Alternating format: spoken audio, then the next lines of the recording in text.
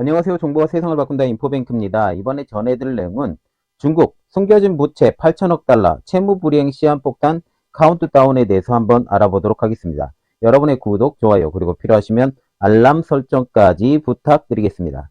지금 중국에서 금융 시한폭탄이 지금 째깍째깍 가고 있다라고 지금 얘기가 나오고 있는데 LGFV 지금 지방정부에서 발행한 부채 때문에 문제가 된다라는 그런 얘기가 나오고 있죠. 지금 중국의 은행 시스템에 심각한 타격을 줄 수가 있는 금융 시한폭탄이 째깍째깍 돌아가고 있다라는 소식이 들려오고 있습니다. 그만큼 중국의 지방 부채가 압박이 심해지고 있다라는 것을 반증하는 것이죠. 중국 전역의 도시와 지방정부들은 수년간 통되지 않은 채권 발행, 지출에 따라서 엄청나게 큰 숨겨진 부채를 쌓아왔다는 것입니다.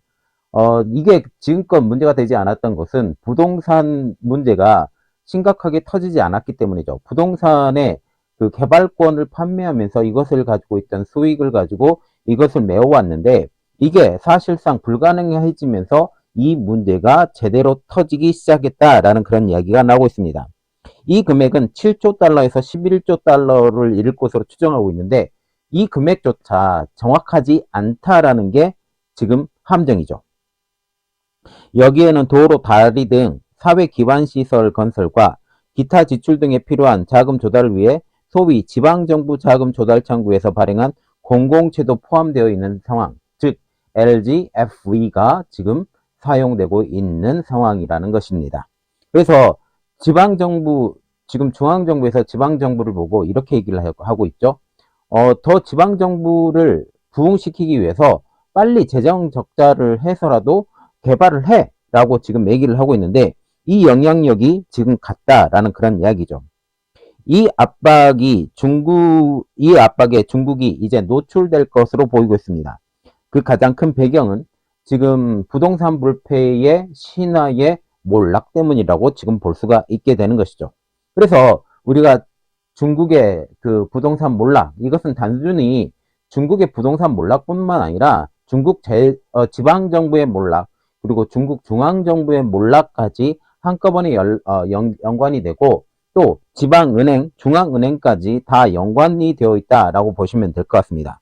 자, 그래서 이번에 알아볼 내용은 중국 숨겨진 부채 8천억 달러 채무 불이행 시한폭탄 카운트다운입니다. 자, 우리가 중국을 보면 엄청난 부채를 가지고 있는 나라, 미국도 엄청난 부채를 가지고 있는 나라이지만 그 건전성에 보면 굉장히 건전한 상황이죠. 그런데 중국은 우리가 상상하지 못할 정도로 건전하지 못한다는 게 문제이고 숨겨진 지방정부의 부채가 어마어마하다는 것이 가장 큰 문제입니다. 그래서 우리가 볼 수 있는 것은 부채의 압박이 되어가고 있는 중국에서부터 먼저 알아보도록 하겠습니다. 국제통화기금인 IMF와 월가 투자은행들은 총 7조 달러에서 11조 달러에 이르는 정부 공식 채권 이외에 발행 채권을 떠안을 것으로 중국은 추정이 되고 있습니다. 그만큼 중국이 어렵다라는 이야기죠. 문제는 그 총 부채 규모가 얼마인지도 아직까지 파악이 되지 않는 상황이죠. 물론 이런 말이 있어요. 이 지방부채 문제가 그렇게 심각하게 터지지 않을 수 있다. 왜? 숨겨져 있는 것이기 때문에 유야무야 중국 내부에서 이것을 흡수할 가능성이 있고 무자비한 그 인민폐 발행을 통해서 이것을 막아낼 수 있다라는 말이 나오고 있지만 그마저도 조금 문제가 있는 것이 중앙정부의 의지가 필요하다라는 그런 이야기죠. 지방정부의 부채 수준이 지속 불가능하게 되었다는 것은 지난 1년 동안 여러 사례를 통해 입증이 이미 된 상황입니다. 여기에 중국 경제성장의 둔화세, 채권 이자, 이 원금 상환이 더 어렵게 할 이 디플레이션의 압력이 현재 중국에 쌓이고 있는 것도 가장 큰 문제가 되는 것이죠. 경제학자들은 4천억 달러에서 8천억 달러에 이르는 상당한 부채가 특히 문제가 있으며 채무 불이행의 위험성이 대단히 높다라고 말하고 있습니다. 중국 당국도 금융 안정과 전반적인 경제 성장에 대한 위험성을 이제 무시하기에는 너무 커졌음을 깨닫고 있는 상황이죠. 결국 이러한 문제가 금융 문제로 비화될 수 있다는 게 가장 큰 문제입니다. 중국은 더욱 체계적인 해결책을 찾기 위해서 노력 중이며 숨겨진 부채를 새로운 채권 발행이나 투명한 정부 채권으로 맞교환하기 시작합니다. 맞교환하기 시작을 한다 할지라도 이것이 100% 맞교환이 안 된다라는 그런 얘기가 나오고 있죠. 가장 큰 걱정은 채무 불이행 사태가 물결처럼 광범위하게 퍼져 그 손실이 걷잡을 수 없게 커질 수 있다라는 점이죠. 만약 신용시장이 단 한 번만이라도 제대로 작동하지 않고 개인과 기업 예금자들이 지방정부 채권을 다량 보유한 은행들의 채권 안정성을 의심하기 시작하면 이는 순식간에 중국 전역의 금융위기로 번질 수 있다라는 위기감이 있기 때문입니다. 그리고 전문가들도 이에 대해서 위험을 경고를 하고 있는데요.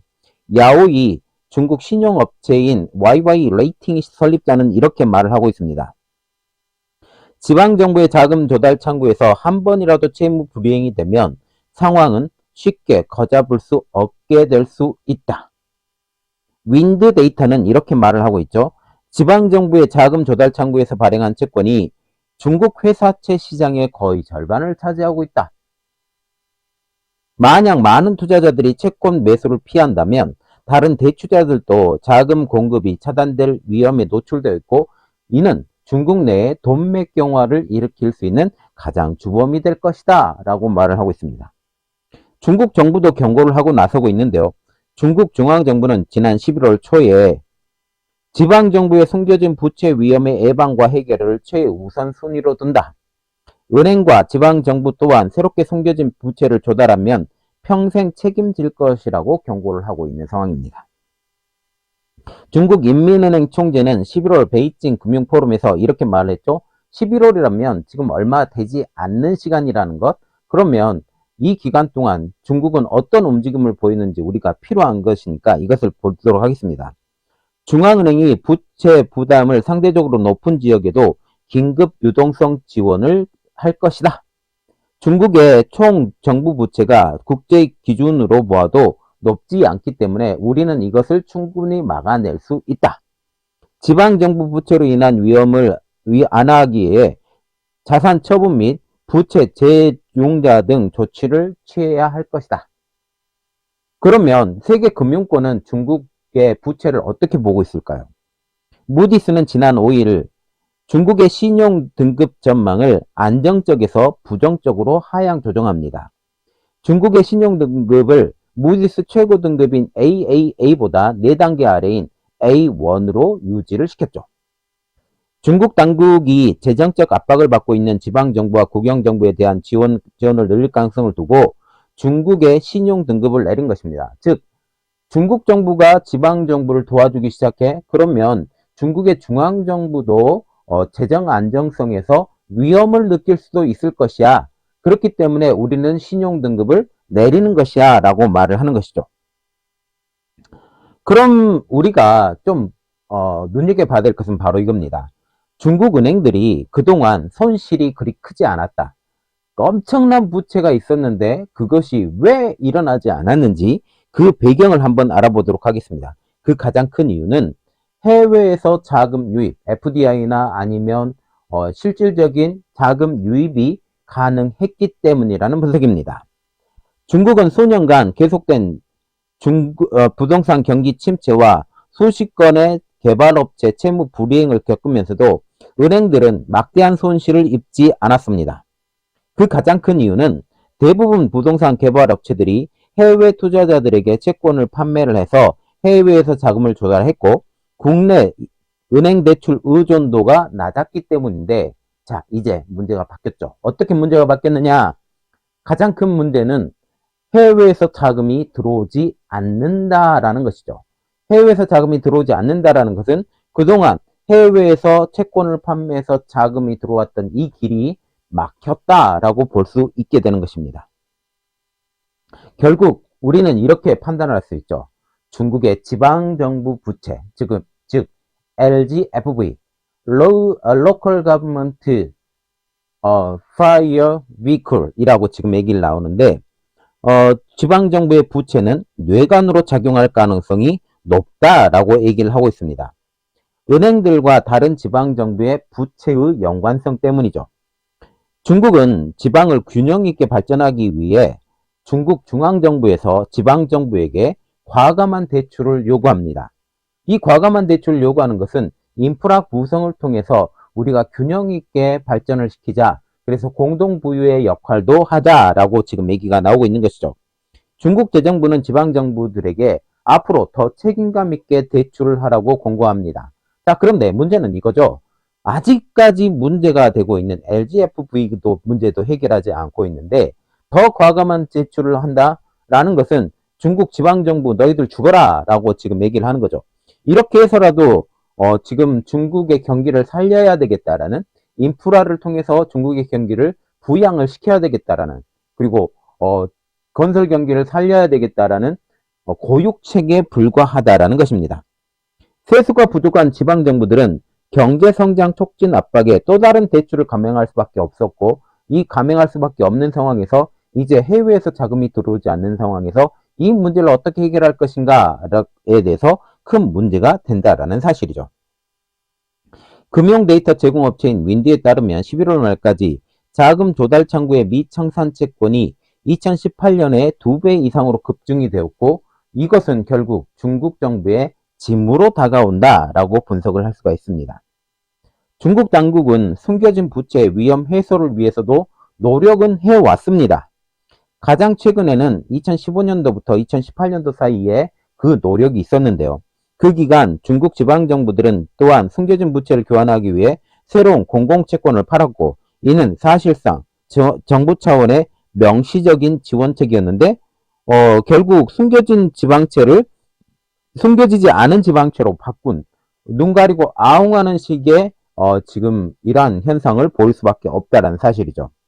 그러나 최근에 중앙정부마저 재원을 떨어지며 지원이 미미한 상황이기 때문에 중국은 아주 획기적인 정책을 하지 않는 한 이 부동산 부채에 대한 문제가 해결되지 않을 것이란 분석입니다.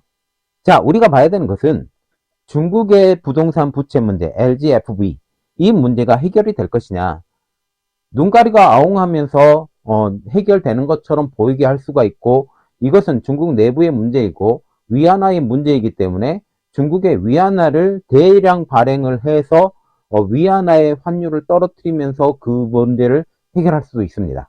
그런데 문제는 이렇게 되면 중국에 대한 신뢰성이 더욱더 떨어지게 되고, 중국에 들어가는 돈들이 그나마도 줄었는데 지금 더 떨어지게 된 상황이죠. 물론 FDI와 같은 경우는 지금 거의 들어가지 않은 상황이기 때문에 더 볼 것도 없습니다. 자, 그래서 중국의 지금 부채 문제는 째깍째깍 다가오는 카운트다운이 시작이 되었고, 이것이 언제 터질까, 언제 관리를 해야 되는 건지, 이것이 중국의 관리의 문제로 이제 변화되는 이러한 상황이 되었다라고 볼 수가 있습니다. 자, 이번 내용은 여기까지 하겠고요. 저희 내용이 여러분들에게 도움이 됐다라고 생각을 하시면 구독, 좋아요, 그리고 필요하시면 알람 설정까지 부탁드리겠습니다. 감사합니다.